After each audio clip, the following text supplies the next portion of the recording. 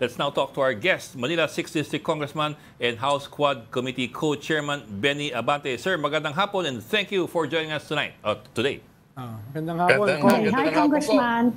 Hi, magandang hapon sa inyo. Good to see you again, sir. Yeah. It's been a while since we had you. Oo nga.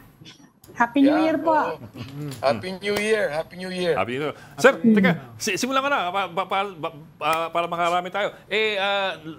We heard na dineclare ng bakante ang Appropriations Committee Chairman position.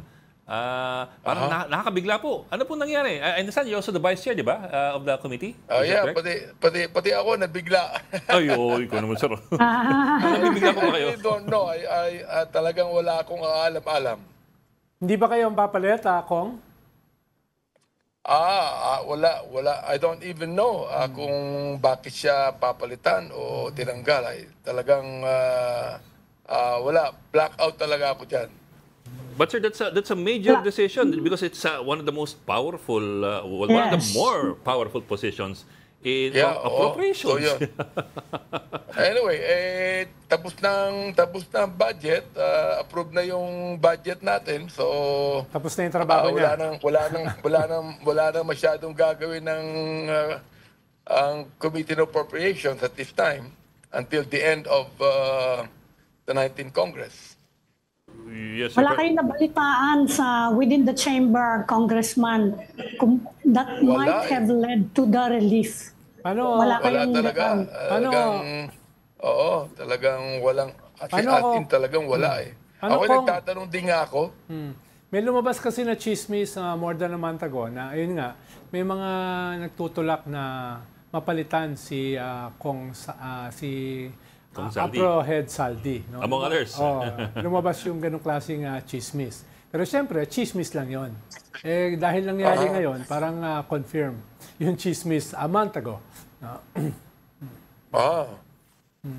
Sir, yes sir. Wala ko narinig doon. Buti nga kayo, pero kayo narinig. Sir, let me put it this way, sir. Sa inyong pananaw, as Vice Chairman ng Vice Chairman ng Committee on Appropriations, mukha bang na-trouble si Chairman dahil doon sa budget sa budget na ipinasa ng plenaryo at ni-revise ng BICAM? Well, alam naman natin sa BICAM talagang malaking debate yan, no? The budget always has been very much debatable. Yet, ito namang si Congressman Saldi ko, as I've known him, is just a quiet guy, no? Doing his work, low profile lang ito eh. Kaya ako hindi ko talaga alam kung bakit at this point in time kailangan palitan siya.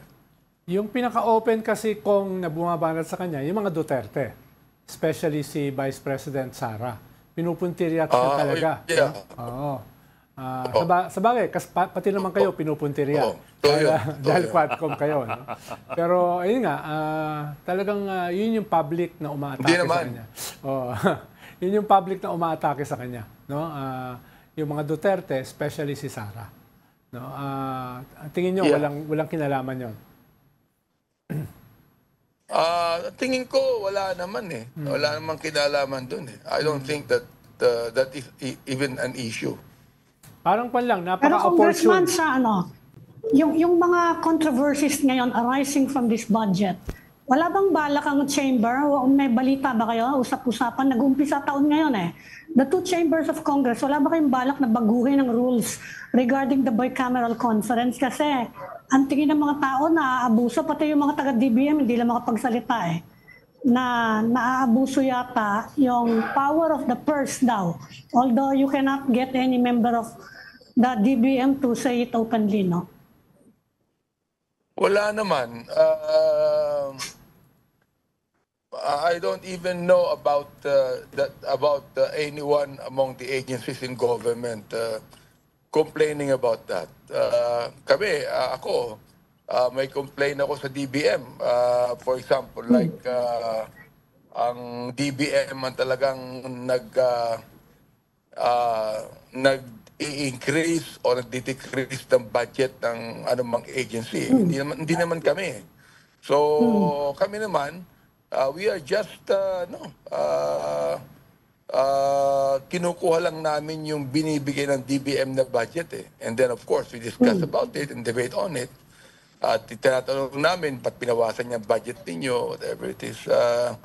Palagi may reason naman ng DBM tungkol dyan eh. Hindi ba kung napaka-opportune time dahil may malaking rally yung iglesia, tapos ngayon natanggal yung isa sa pinaka-powerful na chairman ng Kongreso. Wala bang connection yan, yung rally natin ng iglesia ngayon? I don't think so. Wala naman akong nakikitang relationship dyan. Pero kung like it or not, people will read things into the timing, di ba? You have a massive rally kahit paano ng Iglesia ni Cristo, like it or not, still in support of Sara Duterte. That's the way it is. Totoo yun. And then you have a replacement of a major House leader in a very powerful committee that dealt with the budget, which is also controversial. Yeah, totoo yan.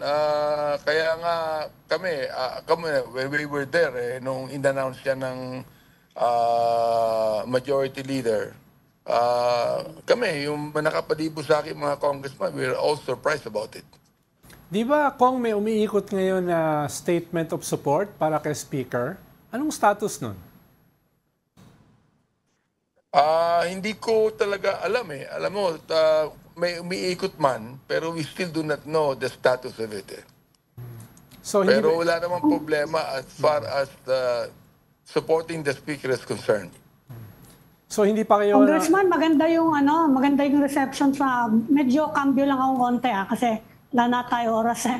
Maganda yung support ng tao of course doon sa Quad Committee, no. Meron pa ba kami inaasahan doon before the campaign period? May balak pa ba kayong gawin yung Quad Committee o sarado na yan? Tapos na.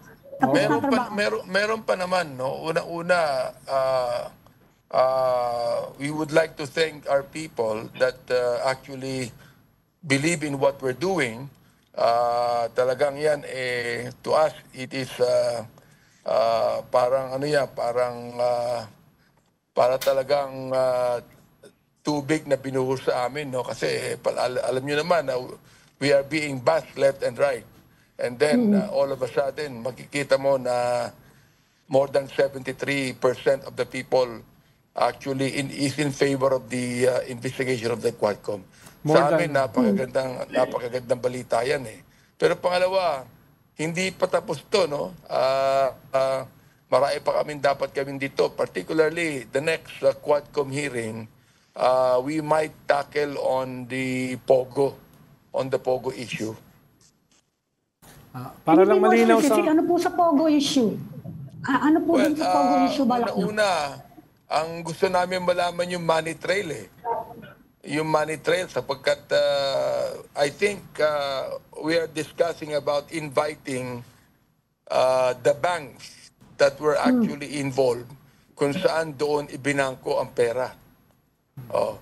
And of course, the AMLAC would know about it. Kaya gusto namin malaman saan ba nagsisimula ito, saan ba umiikot to, saan ba nag-e-end itong money trail na to. Di ba kung related yan dun sa pag-defer ng impeachment complaints?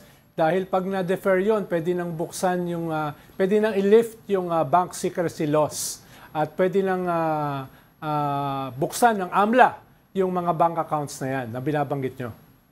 Pwede namang i-lift ang bank secrecy law whenever there is a violation of the provisions of law.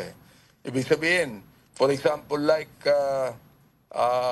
nagdeposito ng bilyon-bilyon yan, no?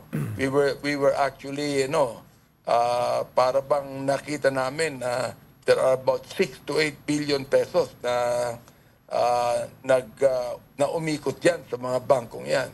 And AMLAC should know about it. AMLAC should know where it came from, sino i-deposit niyan, ganyan bagay.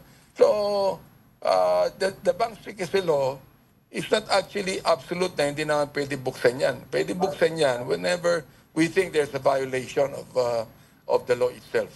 Para lang sa ating mga tigapakinig, batay dun sa sinabi ni Ami kanina, sa Pulse Asia Survey, ay 2/3 ng mga na-survey ay supporter ng Quadcom process, no? At 11% lang yung kontra. Kaya medyo overwhelming yung support sa Quadcom, no? Para lang malinaw sa ating tagapakinig. Pulse Asia survey yan. Yeah, we're just so thankful about that. Pero Totoo sir, yun. i-follow ko na rin yan. Finally, nag-resume na yung Congress. Ang tanong na marami, isang buwan na mahigit yung impeachment complaints dun sa, sa SecGen. Kayo ba, ito ba itutuloy ng Kongreso po o isi-shelve ba? Kasi may usap-usapan na baka daw pagkatapos ng eleksyon saka gumalaw ang impeachment complaints. Malaking question yan.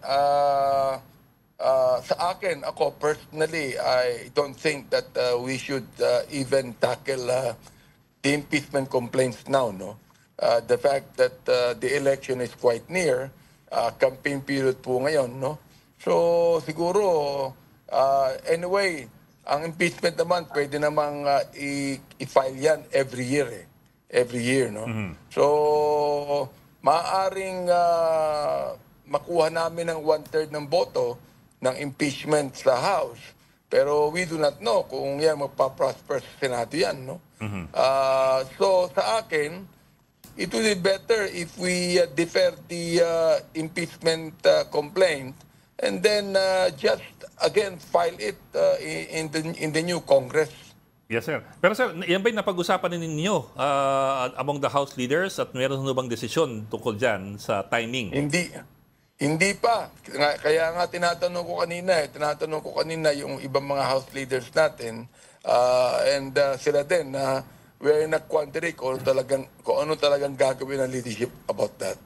Pero ano po yung sense nyo? If you talk to the House leaders, ano po yung sense niyo? Pareho pa, do they agree with you na yung susunod na Kongreso na lang ang mag-tackle ng impeachment ng Vice President?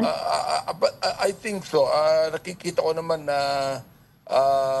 yung ba sinasabi ko sa kanila, they're more amenable to that than actually discussing the impeachment complaints now. Pero kung sakaling hindi mag-prosper yung impeachment, maghihintay pa ng 1 year, di ba? Bago magkaroon ng uli ng mga file, no? May 1-year ban. No? Yes. Oh, yes. In fact, 2026 pa yun. Baka kung hindi pa naman to binibigay sa Committee on Justice Yes. pag binigay na yan sa Committee on Justice may 1 year. Nakaandar. Ano na yan? Kaya palagay ko hindi na rin pag-uusapan diyan Okay. I suppose that's anyway, sir, so tama yung namin, no? From your perspective, mukhang even the House leadership is parang hindi The House leadership ayaw. Mukhang hindi ganadong ipuso ngayon. Or pinag-uusapan pa. They're quite cold about the impeachment complaints. Yes. Okay. At least that's clear kasi we've been in the dark for so long Okay. Maraming salamat. Congressman Benny Abante, 63 Congressman at House Quad Committee Co-Chair. Thank you po. Thank you. Thank you to all of you. Congressman. Salamat. Happy New Year po.